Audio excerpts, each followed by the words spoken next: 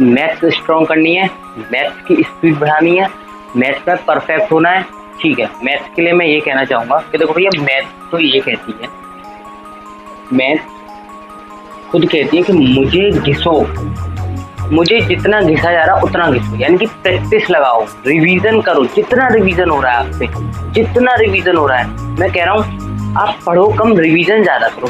चीज़ को जितना तुम पढ़ रहे हो ना, उससे 2 गुना उसका रिवीजन करो, तभी आपकी मैथ्स स्ट्रॉन्ग होगी। मैं हमेशा से कहता हूँ कि मैथ्स तो प्रैक्टिस की है, आपको मैथ्स की प्रैक्टिस लगाओ लगाओ लगाओ लगाओ।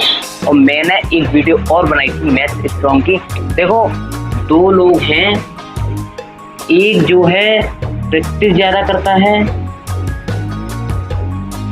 एक जो है प्रैक्टिस ज़्यादा कर रहा है, और दूसरा मैथ्स का क्या कर रहा है, कैलकुलेशन ज़्यादा हार्ड है उसकी। मतलब कैलकुलेशन का मतलब अब वो मॉक पे मॉक लगा रहा है, यानी कि वो पेपर खत्म कर रहा है, ठीक है, ये मान लो। लेकिन ये प्रैक्टिस कर रहा है। अब ये वाला दिन में 3 मॉक लगा रहा है, ये दिन में 5 लगा रहा है, तो कैलकुलेशन इसकी हार्ड हुई,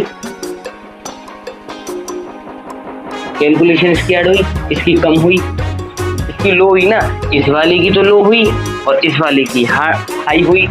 तो ये किस कारण है, प्रैक्टिस, प्रैक्टिस का नतीजा है। अगर आपने मैथ्स को जी जान से प्रैक्टिस में दे दिया, अगर आपने पूरा टाइम अपना प्रैक्टिस में ही दे दिया ना, तो सच बता रहा हूँ आपकी मैथ्स बहुत स्ट्रॉन्ग हो, बहुत नहीं बहुत ज़्यादा स्ट्रॉन्ग हो सकती है। और ऐसा कोई एग्ज़ाम नहीं है जिसे आप मैथ्स वाला मतलब जिस एग्ज़ाम में मैथ्स में आप अच्छा स्कोर ना करें, ऐसा कोई एग्ज़ाम नहीं। बट आपको प्रैक्टिस करनी पड़ेगी, प्रैक्टिस तो आपको करनी ही पड़ेगी। मैं कह रहा हूँ जिस क्वेश्चन को आपने समझा उसकी कम से कम 10 से 12 बार प्रैक्टिस करो, तब टॉपिक को आगे बढ़ा। आप लोगों की क्या गलती है कि आप लोग क्या करते हो, जैसे मैथ्स में 5 टॉपिक हैं, ठीक है, ये वाला टॉपिक समझ हाँ आ गया, ठीक है, आगे बढ़ते हैं, दूसरा करते हैं, तीसरा करते हैं, चौथा करते हैं, 5वां करते हैं। इसकी प्रैक्टिस एक बार करके छोड़ दी, ज़्यादा बच्चे बस 2 बार करते हैं, तीसरी बार में कहते हैं अरे बस हो गया, इतना ही है, इससे ज़्यादा कुछ नहीं, इतना ही करना है। लेकिन नहीं, इसकी कम से कम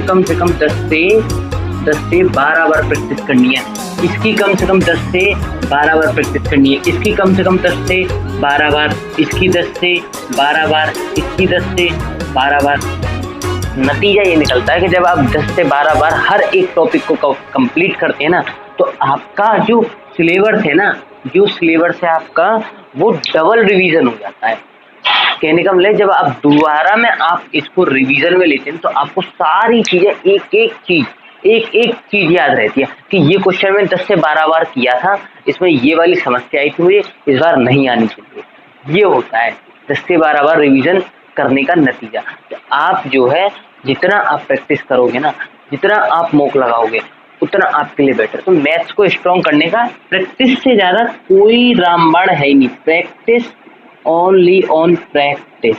प्रैक्टिस करोगे तो कुछ पाओगे, यानी कि अगर किसी चीज़ से लगन लगाओगे तो कुछ पाओगे, वरना आप उससे कुछ भी नहीं हासिल कर सकते हो।